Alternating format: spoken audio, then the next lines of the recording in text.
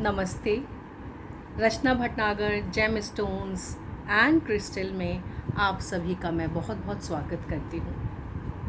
बीच में थोड़ा सा गैप आ गया, उसके लिए मैं माफ़ी चाहती हूँ।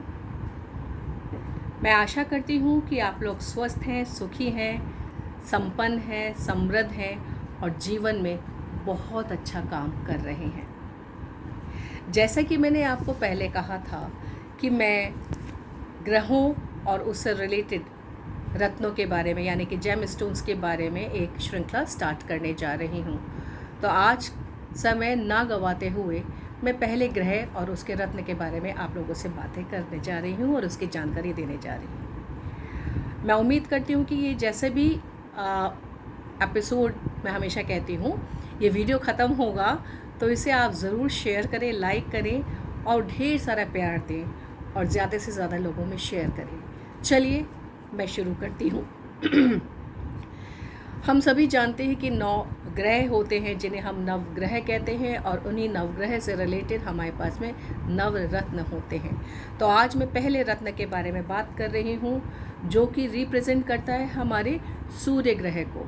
सूर्य ग्रह को रिप्रेजेंट करने वाला जो रत्न है वो माणिक है और अंग्रेज़ी में उसके हम रूबी कहते हैं।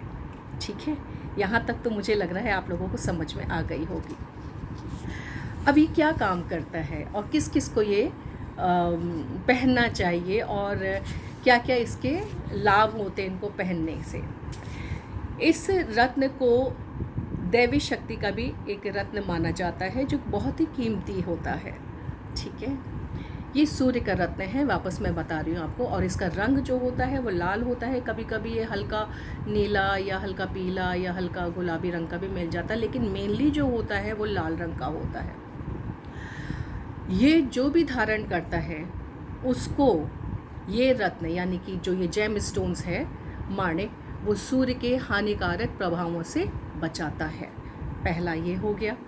दूसरा ये है कि मोती जो होता है, सॉरी मोती नहीं, ये जो लाल रंग का रूबी होता है वो हमें किस किस तरीके से हमको फ़ायदा पहुंचाता है।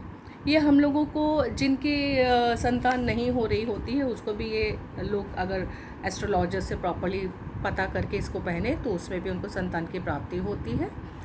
और इसके अलावा प्रतिष्ठा में भी वृद्धि होती है। जो सरकारी नौकरी के प्रयास कर रहे हैं उनको भी इसमें फ़ायदा होता है इसको धारण करने के लिए। और दूसरा ये है कि ये सुख सुविधाओं और आराम को प्रदान करने वाला स्टोन बताया जाता है। ठीक है, और दूसरा ये है कि किसी को बहुत टाइम से कोई ऋण से मुक्ति चाहता है तो उसको भी इसमें धारण करने के बाद यानी कि पहनने के बाद इसको इसमें फ़ायदा मिलता है। अब मैं बात करती हूँ कि ये किस किस डेट वालों को इस रूबी रत्न यानी कि माणिक को धारण नहीं करना चाहिए।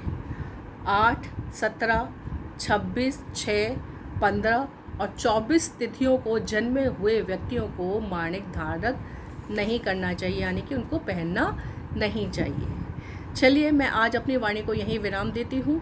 मुझे उम्मीद है कि आपको ये जानकारी अच्छी लगी होगी और अगर अच्छी लगी है तो आप ज़्यादा से ज़्यादा शेयर करें, सब्सक्राइब करें, लाइक करें, क्योंकि आप हमेशा जानते हैं, मैं हमेशा कहती हूँ कि ज्ञान को जितना आपस में बांटा जाए या ज्ञान को दिया जाए तो उससे ज़्यादा हमको ज्ञान की प्राप्ति होती है। टिल देन मैं अपनी वाणी को यहीं विराम देती हूँ और अगले वीडियो के अंदर मैं बताऊँगी इसको धारण करने का विधि क्या है, इसको किस दिन हम धारण करते हैं यानी कि पहनते हैं, रूबी को माणिक को पहनते हैं और इसका मंत्र क्या है। Till then take care all beautiful souls.